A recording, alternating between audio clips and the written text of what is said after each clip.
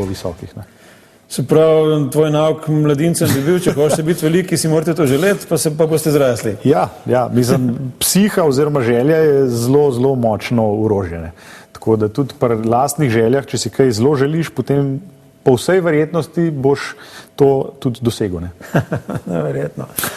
No, sicer pa danes se bova bolj o potovanjih pogovarjala, da si pač postal zadnje čase tudi svetovni popotnik, dvakrat sva bila že skupaj, prejle sem omenil, da sva bila skupaj v Venezueli, pa tam okrog, letos pa v Mehiki in tam okrog. Kaj bi recimo, kjera stvar ti najprej pade pred tvoje duševne oči, kaj si se najbolj zapomnil? Ja, mislim, jaz že nasplošno, zelo rad potujem ravno zaradi tega, ker se mi zdi, da vsak tak potovanje ti da ne samo vrednote, ampak spomine, pa neko življenjsko šolo, ki se jo drugače ne moreš nikjer naučiti oziroma priučiti. Ogromno enih izkušenj, večinoma pozitivnih, kdaj se jasno tudi kaj ponesreč oziroma da je kakšna negativna stvar, ampak jasno, to moraš vzeti v zakup. Zdaj, ta prva stvar, ki se mi vtisne oziroma ki mi pride na pamet, bom rekel pač samo sama kultura pa način življenja, ki je jasno čist za 100% obrnen od tega, kar smo mi navajeni. Ne. A so ti recimo bolj všeč, naprimer na eni strani Mehičani, na drugi strani prebivalci Belisa, ali na tretji strani prebivalci Venezuele?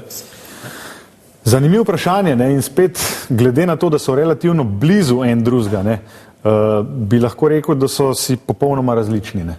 V Belizu sicer nismo zelo veliko videli, bili smo na Kikaki, tako imenovani, kjer je jasno rastafarijanska kultura. Gledalcem moramo povedati, Kikaka se nismo domačini tako izgovarja, je pa Kikokar drugače. Caul, ker se to napiše, samo oni so pač Jamajčani in pravijo Kikaka. Ja, in jasno smo tudi mi ta ime seveda osvojili takoj. Tako da rastafarijanska kultura je spet nekaj čist posebenega, tudi sam način življenja je zelo zrelaksiran na tem otoku. Kar se tiče pa Mehike, me je presenetilo mogoče, da smo videli toliko debelih ljudi, kar si sicer ne bi mislil.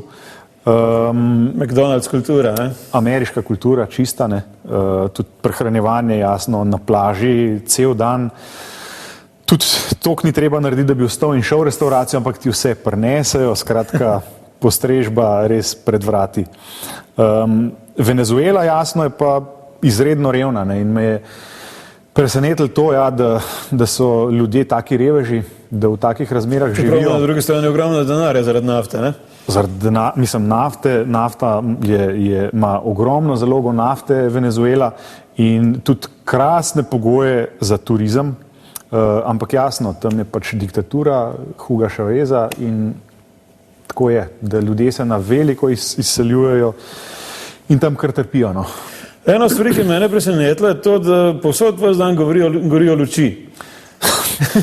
Ja, v bistvu nerazumljiva stvar, ampak ja, se smo sami videli, da vse oziroma ogromno uličnih svetilk in tako gori noč in dan. Pa recimo prav dosti presenetljivo, ne? Če te peljejo naprimer na izlet nekam z ladjo, ne? Ponovadi te nekam odpeljejo, počakajo, odpeljejo nazaj. Tam je pod benzin zastojen, nekaj centov stane in te odpelje, potem pa vpraša, kdaj pa pridem pote, čeprav je to 1 uro stran. Prav bo šel domov, pa lepo malo žuriral, pa pride potem pote. Ne? Benzin je dejansko zastonj. Takrat smo ugotavljali, da je za eno jabolko, da dobiš, mislim, da 100 litrov benzina, kar je nepredstavljiv. Ne? In jasno smo takoj pomislili, začeli kalkulirati, kaj če bi mi kakšno gajbico ali pa kakšen kontejner jabolk tja izvozili, pa bi nam oni v zameno dali ekvivalenco nafte. Ne? Ampak jasno, to tako ne gre. Ne? Drugače pa v spominu imam tudi neskončno število ležečih policajev na vsakih 100 metrov in pa seveda famozne vožnje z avtobusom, kjer dobesedno zmrzneš. Ja, na avtobusu. Nekje imam sliko, kjer si ti zavit za zaveso z avtobusa. Ja, ti se bilo pa, mislim, doživetje, ki ga ne pozabiš. Ne. Pa bi ga rad mogoče. Še en tvoj šport bo omenjal, in sicer potapljanje.